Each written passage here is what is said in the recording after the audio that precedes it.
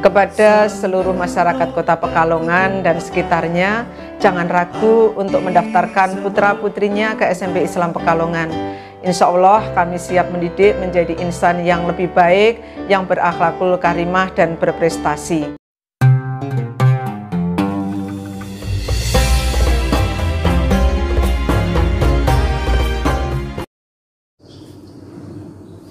Assalamualaikum warahmatullahi wabarakatuh. Alhamdulillahi rabbil alamin. Wassalatu wassalamu ala asyrafil anbiya'i wal mursalin Sayyidina wa maulana Muhammadin wa ala alihi wa sahbihi ajma'in. Amma ba'du. Qala Allah ta'ala fil Qur'anil Karim, a'udzu billahi minasy syaithanir rajim. Bismillahirrahmanirrahim.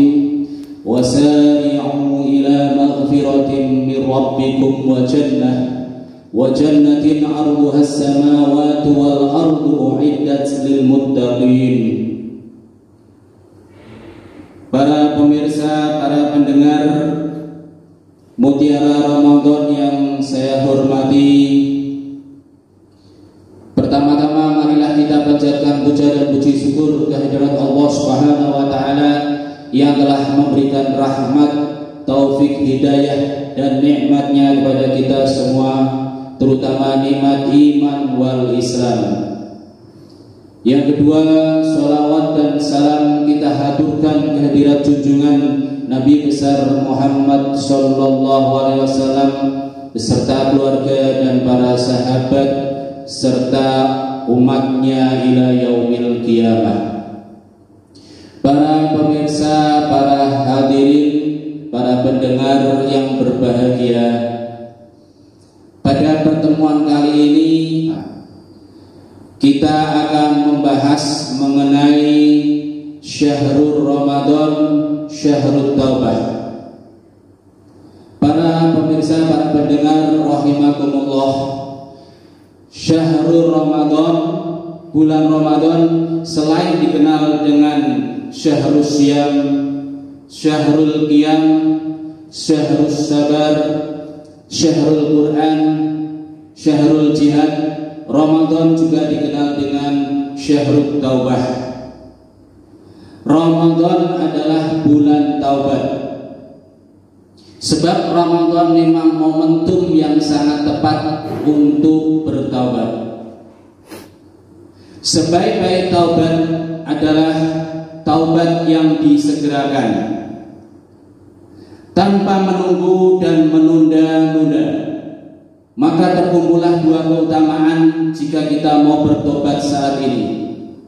Keutamaan karena Ramadannya dan keutamaan karena menyegerakan taubatnya. Allah Subhanahu wa taala senang ketika hambanya bertaubat. Allah Subhanahu wa taala menyeru kita dengan ayat di atas untuk menyegerakan taubat. Juga dalam ayat lain surat At-Tahrim ayat 8, Allah Subhanahu wa taala berfirman, Ya ayyuhalladzina amanu tubu ilallahi taubatan nasuha. Wahai orang-orang yang beriman, bertaubatlah kepada Allah Subhanahu wa taala dengan benar-benar taubat atau taubatan nasuha. Allah Subhanahu wa taala menyeru hambanya untuk segera bertaubat karena dia menginginkan hambanya mendapatkan ampunan dan surga darinya. Allah menciptakan manusia agar semuanya masuk surga, tapi manusia sendirilah yang terkadang memilih jalan salah, memilih jalan yang bergelimang penuh dengan dosa, disebabkan oleh godaan syaitan ataupun nafsu itu sendiri. Maka bertobatlah dan berjanji tidak akan melakukan dosa lagi. Al-Imam Al-Ghazali di dalam Ihya Ulumuddin menyebutkan sifat-sifat pemicu dosa yang diringkas oleh Ibnu Qudamah. Menurut beliau, sifat-sifat pemicu dosa dibagi menjadi 4. Yang pertama, sifat rububiyah atau ketuhanan. Jika sifat ini menguasai diri manusia, maka akan muncul takabur, membanggakan diri, minta pujian, sanjungan, mencari popularitas, dan lain-lain sebagainya. Sifat-sifat ini mutlak milik Allah Subhanahu wa ta'ala. Sifat al-mutakabir contohnya, itu adalah hak prerogatif Allah Subhanahu wa ta'ala. Manusia tidak diperkenankan untuk memiliki al-mutakabir. Di dalam hadis qudsi Allah Subhanahu wa ta'ala berfirman, al-kibriya'u ridai wal 'azamatu izari faman naza'anni wahidan minhuma qadaftuhu finnar. Rawahu Muslim. Kesombongan adalah selendangku, kebenaran, kesabaran, kebesaran adalah pakaianku. Oleh karena itu, siapapun yang ingin mengambil salah satu dari dua perkara itu, niscaya akan aku masukkan dia ke dalam neraka. Jika menggunakan sifat-sifat tersebut di atas, maka akan menjadi dosa yang merusak amal kita semua. Karena itu sifat-sifat khusus mutlak yang dimiliki oleh Allah Subhanahu wa ta'ala. Sifat yang kedua adalah sifat syaitaniyah atau setan. Jika sifat ini menguasai diri manusia, maka manusia akan muncul di dalam diri manusia kedengkian, kesewenang-wenangan, menipu, berdusta, makar, kemunafikan, menyuruh pada kerusakan. Maka jauhilah setan dengan cara menghindari sifat-sifat tersebut. Allah Subhanahu wa ta'ala berfirman di dalam surat An-Nur ayat 21, ya ayyuhalladzina amanu la tattabi'u khutuwatis syaitan wa man yattabi' khutuwatis syaitan fa innahu ya'muru bil fahsya'i wal munkar. Hai orang-orang yang beriman, janganlah kamu mengikuti langkah-langkah setan. Barang siapa yang mengikuti langkah-langkah setan, maka sesungguhnya setan mengajak pada kekejian dan kemungkaran. Sifat yang ketiga adalah sifat bahimiyah atau kebinatangan. Apabila sifat ini menguasai manusia, maka dia akan menjadi rakus, suka mencuri, makan berlebihan, egois, suka berzina, berperilaku homoseks untuk memenuhi hawa nafsunya. Di dalam Al-Quran disebutkan, walaqad dara'na li jahannama katsiran minal jinni wal ins. Walaqad dara'na li jahannama katsiran minal jinni wal ins. Lahum qulubun la yafqahuna biha wa lahum a'yunun la yubsiruna biha wa lahum adhanun la yasma'una biha. Ulaika kal an'ami bal hum adall. Ulaika humul ghafilun. Manusia yang seperti ini kami telah memasukkan banyak manusia dan jin ke dalam jahanam. Mengapa? Karena manusia yang seperti ini berperilaku seperti binatang atau bahimiyah. Lahum qulubun, mereka mempunyai hati tapi tidak mau berpikir dengan hati. Lahum a'yun, mereka mempunyai mata tapi mereka tidak mau melihat hal-hal yang baik. Walahum adhanun, dan mereka mempunyai telinga, tapi mereka tidak mendengarkan hal-hal yang baik. Mereka mendengarkan hal-hal yang jelek, hal-hal yang keji dan maksiat. Na'udzubillah min dzalik. Ulaika kal an'am. Orang-orang manusia yang seperti ini itu adalah seperti binatang ternak. Bal hum adall. Bahkan mereka itu adalah lebih jelek, lebih jahat, lebih rendah daripada hewan-hewan ternak. Masya Allah. Na'udzubillahi min dzalik. Ulaika humul ghafilun. Mereka ini adalah orang-orang yang lupa untuk mengingat, lupa untuk berzikir kepada Allah Subhanahu wa ta'ala.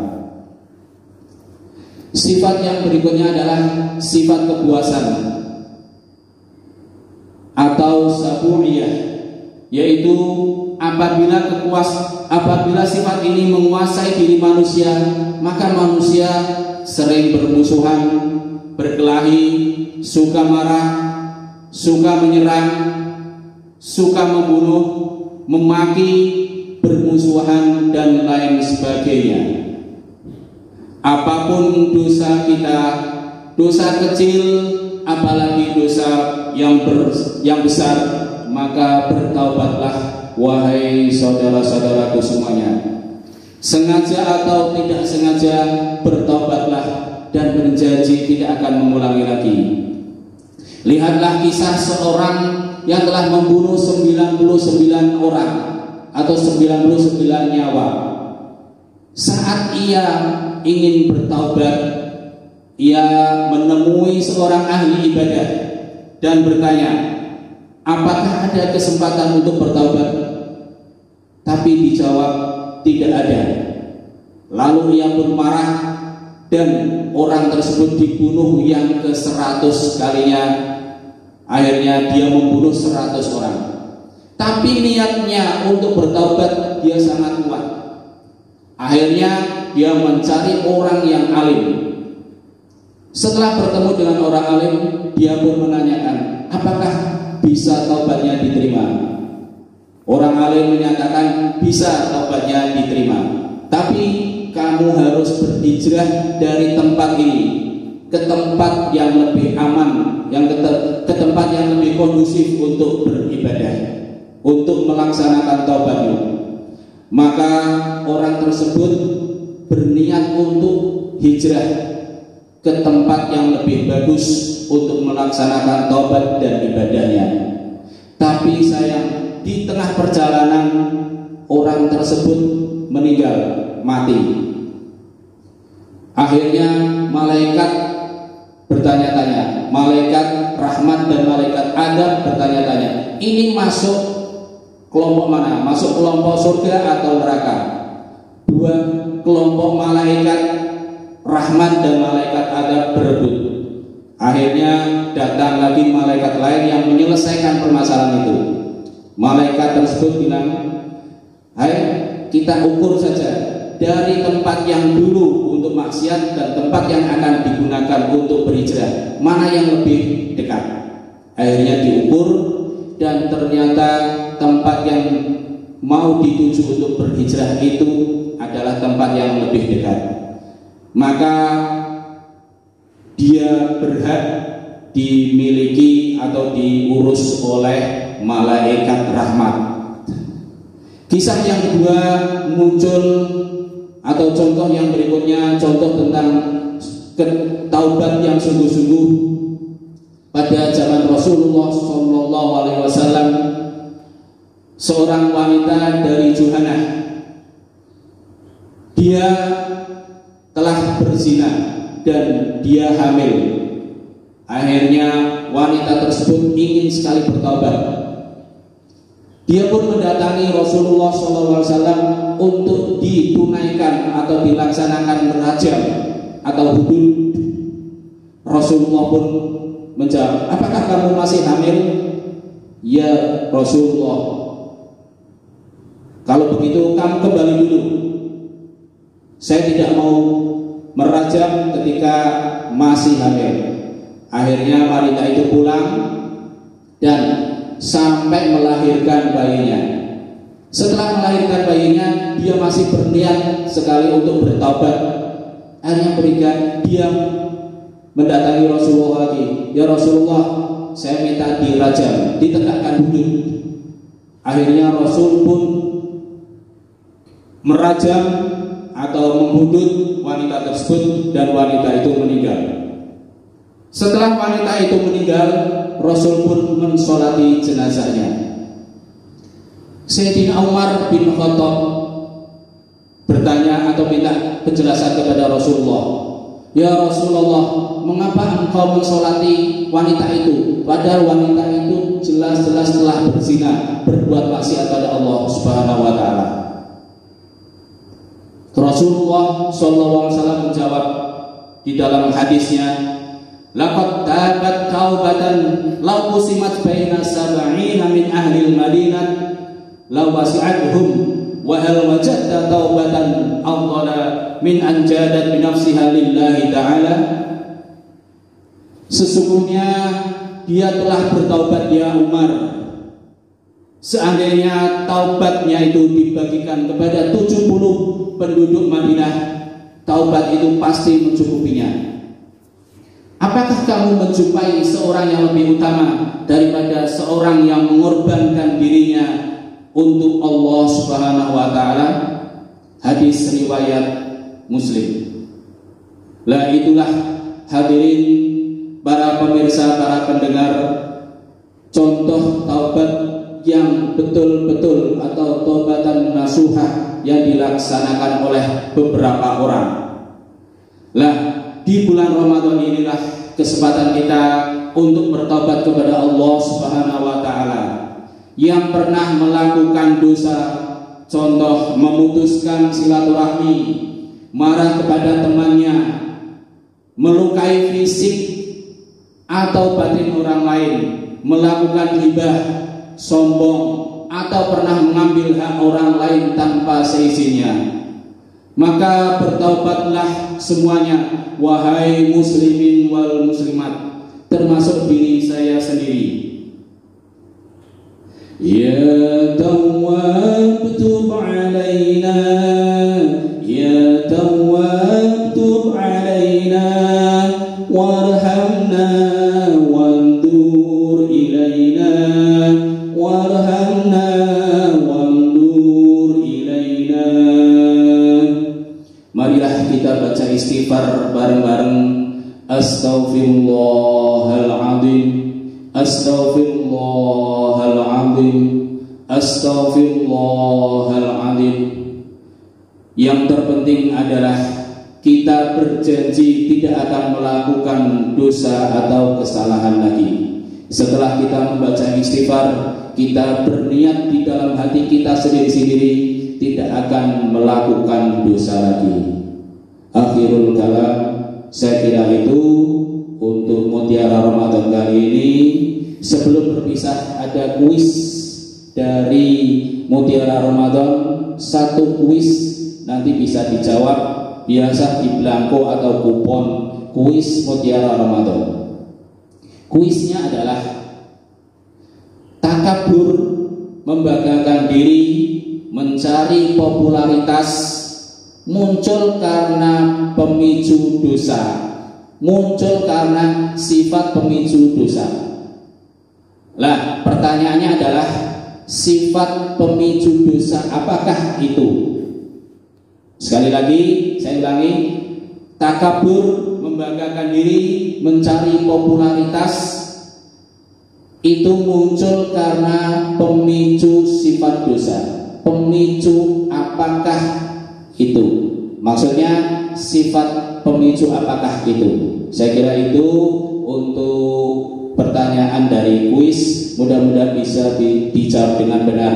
Bisa nanti diputar ulang videonya, berulang-ulang boleh kalau belum paham. Mudah-mudahan semuanya paham dan bisa bermanfaat pada diri saya sendiri terutama, dan pada para pemirsa, para pendengar Mutiara Ramadan channel YouTube SMP Islam. Akhirul kalam, kita tutup dengan bacaan subhanakallahumma wa bihamdika asyhadu an la ilaha illa anta astaghfiruka wa atubu ilaik. Terima kasih. Billahi taufiq wal hidayah wal inayah. Wassalamualaikum